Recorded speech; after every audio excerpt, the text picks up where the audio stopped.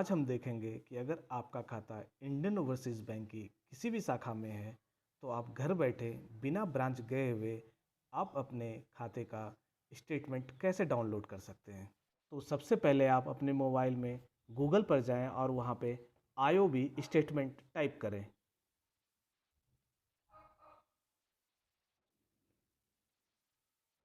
अब जो सबसे पहला वाला लिंक आया है उस पर क्लिक करें। अब आपके सामने इंडियन ओवरसीज़ बैंक की वेबसाइट का एक पेज ओपन हो गया है जिस पे लिखा है download e statement deposit loan interest details. अब यहाँ पे सर्विस टाइप वाले कॉलम में आप यहाँ पे क्लिक करें। अब यहाँ पे आपके सामने 6 ऑप्शंस आ जाते हैं जिसमें कि सबसे पहला ऑप्शन है download deposit TDS and interest details. दूसरा वाला ऑप्शन है download education loan interest certificate. दोस्तों, यह तब काम आता है जब आप इनकम टैक्स की फाइल करते हो और आपको डिडक्शन अवेल करना है, तब आपको एजुकेशन लोन इंटरेस्ट सर्टिफिकेट की आवश्यकता पड़ती है। तो अब आप ये सर्टिफिकेट भी बिना ब्रांच गए हुए अपने घर पे डाउनलोड कर सकते हो। तीसरा ऑप्शन है डाउनलोड हाउसिंग लोन शुभग्रह इंटरेस्ट सर्टिफिकेट। इस वाले ऑप्शन में आप अपने हाउसिंग लोन का इंटरेस्ट सर्टिफिकेट डाउनलोड कर सकते हो। इसकी आवश्यकता भी आपको इनकम टैक्स फाइलिंग करते समय पड़ती है। अब यहाँ चौथे नंबर पर डाउनलोड एसबी सीडीसीसी स्टेटमेंट। यहीं से आप अपना सेविंग बैंक खाता, करंट खाता या सीसी खाते का स्टेटमेंट डाउनलोड कर सकते हैं। पर यहाँ पे आप मैक्सिमम 6 मंथ तक का ही स्टेटमेंट डाउनलोड कर पाएंगे। तो अगर पूरे जनवरी से दिसंबर तक का स्टेटमेंट डाउनलोड करना है तो आप सबसे पहले जनवरी से जून तक का स्टेटमेंट डाउनलोड कर लें। उसके बाद आप जुलाई से दिसंबर तक का स्टेटमेंट डाउनलोड कर लें। अगर आपको पूरे फिनेंशियल ईयर का स्टेटमेंट डाउनलोड करना है, फॉर एग्जांपल आपको अप्रैल से लेके मार्च तक का स्टेटमेंट डाउनलोड करना है, तो आप पहले अप्रैल से सितंबर का स्टेटमेंट डाउनलोड कर लें। उसके बाद आप अक्टूबर से लेके मार्च तक का स्टेटमेंट डाउनलोड कर लें।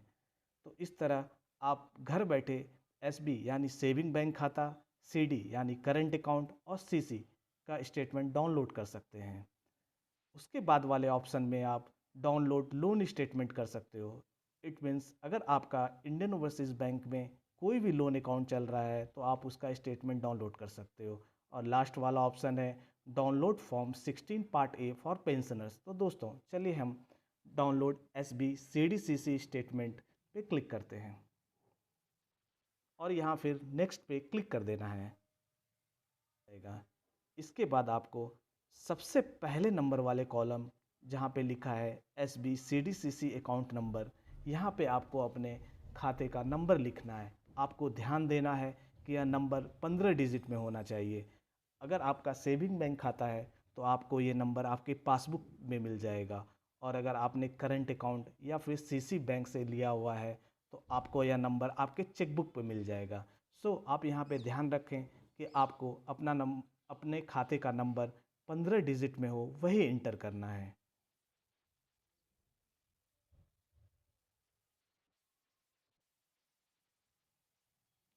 इसके बाद ठीक उसके नीचे वाले कॉलम में लिखा है पैन नंबर। यह ऑप्शनल होता है, अगर आप चाहें तो आपका पैन नंबर यहाँ डाल सकते हैं, और अगर आपकी इच्छा ना हो तो आप इसे स्किप भी कर सकते हैं।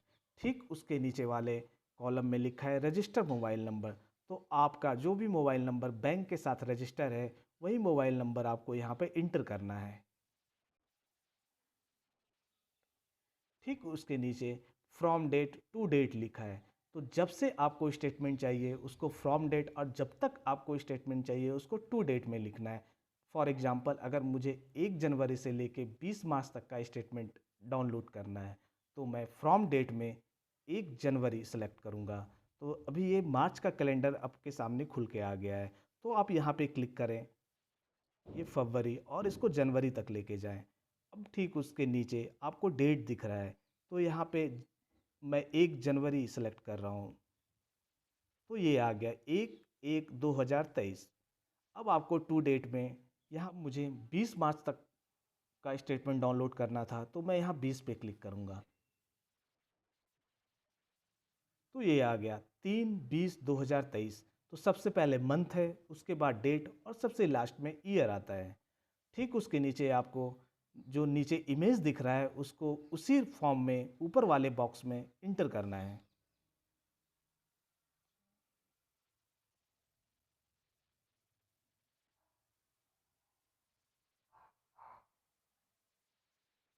फिर आप नेक्स्ट पे क्लिक करें। अब यहाँ आपको बैंक के द्वारा आपके रजिस्टर्ड मोबाइल नंबर पर एक OTP आएगा। तो चलिए हम वेट करते हैं OTP आने का।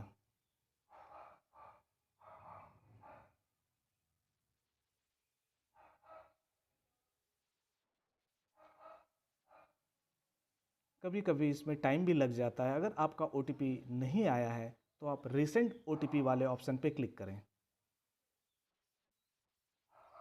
और ये देखिए OTP रिसेंट। फिर से वेट करते हैं और ये OTP आ गया। OTP देखने के लिए आप अपने मोबाइल के मैसेज वाले आइकॉन पे जाएं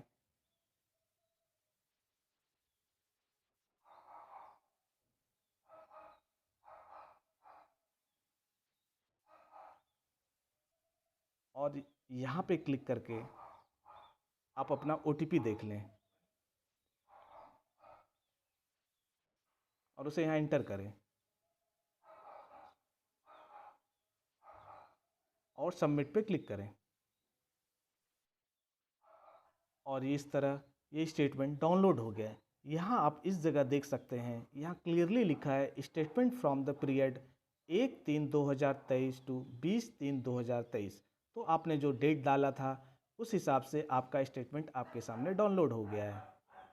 तो आई होप मेरे इस छोटे से प्रयास से आपकी कुछ मदद हो पाई हो। दोस्तों, अगर इस पूरी प्रक्रिया को करते समय आपको किसी भी प्रकार की परेशानी हुई हो तो कृपया नीचे कमेंट बॉक्स में अपना कमेंट लिखें। मैं यथासंभव कोशिश करूंगा कि मैं आपकी समस्याओं का समाधान कर पाऊँ।